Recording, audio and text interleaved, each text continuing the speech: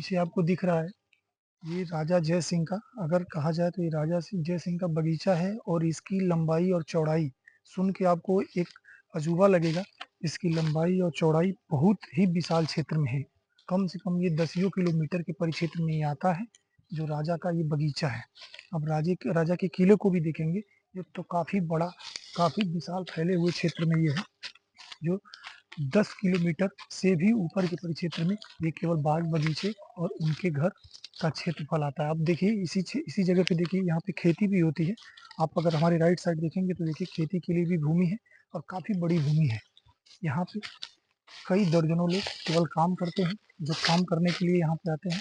राजा की अनुपस्थिति में ये लोग काम करते हैं। ये राजा का ट्यूबवेल है, राजा का घर, राजा का खेत, ये सब सारी चीजें राजा के महल के अंदर है। इस महल का संबंध भारत की स्वतंत्रता संग्राम में भी रहा है।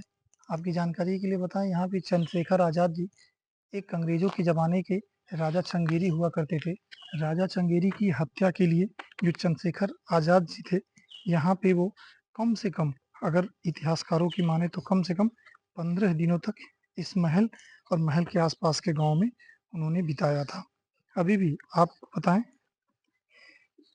चंद्रशेखर आजाद के बारे में अगर आपको बताएं तो उनकी धोती व गुत्ती अभी भी बांस में छूट गई थी, यानी इस महल में कहीं अभी भी पड़ी है। आप लोगों को ये जान के हैरानी होगी। ये किला का एक टापू देखिए, जो इस किले की निगरानी के लिए बनाया गया है। इसको आप देखिए कितनी हाइट पे बनाया गया है। इसकी हाइट करीब 35 से 40 मीटर होगा और इसको दूर से निगरानी के लिए रखा गया है। यहाँ पे बैठकर जो आजाद जी थे, वो पेड़ पर बैठकर, यहाँ पे एक पेड़ भी है, उस पेड़ पे बैठ के अपनी किताबों को पढ़ते थे। और ये कुदरान गांव है, उस कुदरान गांव में रहते थे चंद्रशेखर आजाद जी, और यहीं से चंगेरी पे निगाह लगाए रखे थे, क्योंकि चंगेज एक क्रांतिकारी था।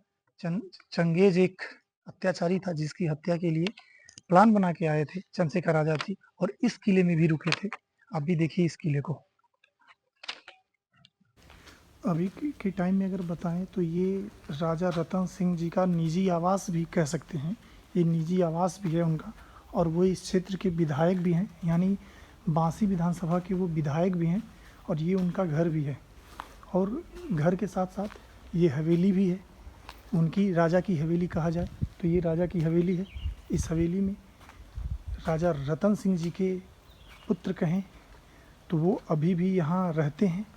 आप भी देखिए उनके घर के क्षेत्र को, ये उनका पूरा परिक्षेत्र है। अभी इसके आगे भी काफ़ी चीज़ें हैं, लेकिन हमें सुरक्षा की दृष्टि से वो सब दिखाने की अनुमति नहीं है। लेकिन आपको बताएं, ये उनका, आप भी देखिए राजशाही कैसे राजा रहते हैं, राजा के शान और शौकत, एक राजा का घर।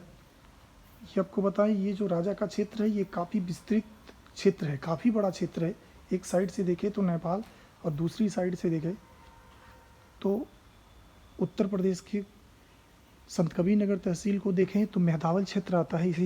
इसी क्षेत्र में मेहदावल भी आता है। इसके बगल का एक तहसील है। राजा रतन सिंह का वो महल, वो किला जो काफ़ी भव्य और आकर्षक है, उस किले का आज के टाइम में अगर देखा जाए यूपी के परिप्रेक्ष्य से या राजनीतिक परिप्रेक्ष्य से, तो उसमें राजनीतिक हस्तक्षेप भी है। जय सिंह जी जो बांसी के विधायक भी हैं, ये सिद्धार्थनगर जिले के अंतर्गत आता है। ये उनका महल कहें या घर कहें, जो कि हमें दिखाने की अनुमति इसीलिए नहीं है क्योंकि ये उनका अभी फ़िलहाल का घर भी है। तो हम कानून को ध्यान में रखते हुए, प्रशासनिक मद्देनज़र से हम सारी चीज़ों को नहीं दिखा सकते, लेकिन फिर भी कुछ चीज़ों को दिखाने की अनुमति मिली है, उसके हिसाब से हम आपको दिखाते हैं। देखिए ये सब हमारे पीछे, ये उनके महल का ही पार्ट है, महल का ही एक हिस्सा है। उस हिस्से को देखिए, ये शायद यहाँ पे पूजा पाठ की जगह हुआ करती थी। ये शेर को देखिए, जो अपने आप में एक भव्य दिव्य देखने में लग रहा है। इस शेर हालांकि काफ़ी पुराना शेर लग रहा है, लेकिन फिर भी देखिए कि ये कितना दिव्य बनाया गया है। इसके स्वरूप को देखिए, इसको देखिए। पहले के टाइम में राजाओं के महलों में ऐसे ही रहा करते थे, और ये महल की शोभा बढ़ा रहे ये शेर। आपको आगे भी दिखाएंगे चल के, आइए चलिए आपको दिखाते हैं और भी आगे। पहले के ज़माने में राजाओं की पार्टियां कैसे होती थी, वहाँ पे महफिलें कैसे सजती थी, वो सारी चीज़ें भी आपको दिखाएंगे। हमारी साइड में देखिए ये कुर्सियाँ, ये राजा के ज़माने की कुर्सियाँ कितनी बेहतरीन ढंग से सजाई गई हैं।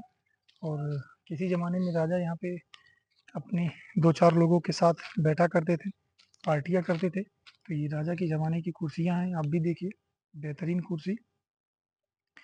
और ये राजाओं, हम उस कुर्सी पे भी मौजूद हैं जब किसी ज़माने में राजा रतन सिंह इस कुर्सी पे बैठा करते होंगे।